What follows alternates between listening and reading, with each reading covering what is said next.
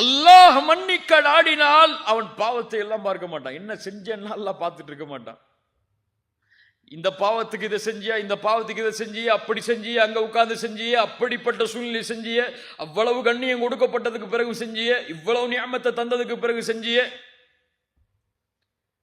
செஞ்சிட்டியா, தௌபா செஞ்சியா, அவ்வளவுதான் முடிஞ்சு. யா அல்லாஹ், இனிமேல் இதை செய்ய மாட்டேன், உன்னுடைய பாதையில் வருகிறேன், இனிமேல் இதன் பக்கம் மீள மாட்டேன், என்னை மன்னித்து விடையா அல்லாஹ். அல்லாஹ் மன்னிப்பானா? மன்னிப்பான். அதே பாவத்தை மீண்டும் செய்கிறான், அல்லாஹ் மன்னிப்பானா? மன்னிப்பான்.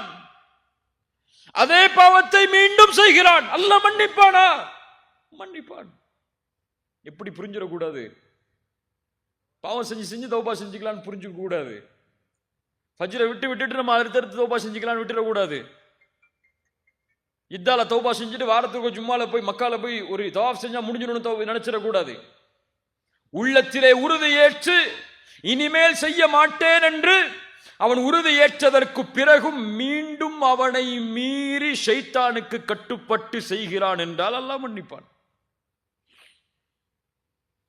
இப்னு மஸ்ஊத் இடத்திலே இப்னு அப்பாஸ், இப்னு மஸ்ஊத் ரெண்டில் ஒரு நபித்தோழர், ஞாபகம் இல்லை, அவரிடத்தில் ஒரு மனிதர் வந்து கேட்கிறார், நான் கொலை செய்தேன், அல்லாஹ் என்னை மன்னிப்பானா?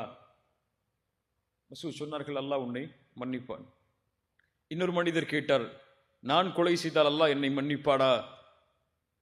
அல்லாஹ் உன்னை மன்னிக்க மாட்டான், அல்லாஹ் உன்னை மன்னிக்க மாட்டான் என்று சொன்னார்கள். என்ன அர்த்தம்? கேட்டார்கள், என்ன விளக்கம்? அந்த கொலை செய்தேன் என்று வந்து நின்றவர் கொலை செய்து விட்டு தன்னை அல்லாஹ்விடத்திலே திரும்ப வேண்டும் என்று வந்து கேட்டார். ஆனால் இப்போது கேட்டவர் இனிமேல் கொலை செய்ய போகிறேன், என்னை அல்லாஹ் மன்னிப்பாடா என்று கேட்கிறார். சுப்ஹானல்லாஹ். சஹாபாக்களுடைய புரிதல் அது. கண்ணியத்துக்குரியவர்களே, அல்லாஹ் ரப்புல் ஆலமீன் நம்முடைய பாவங்களை மன்னிக்க வேண்டும். அல்லாஹ் நம்முடைய பாவங்களை மன்னிக்காமல் நம்முடைய மரணம் எம்மை வந்தடைந்து விட்டால் அவர்களை விட நஷ்டவாளிகள் யாரும் கிடையாது.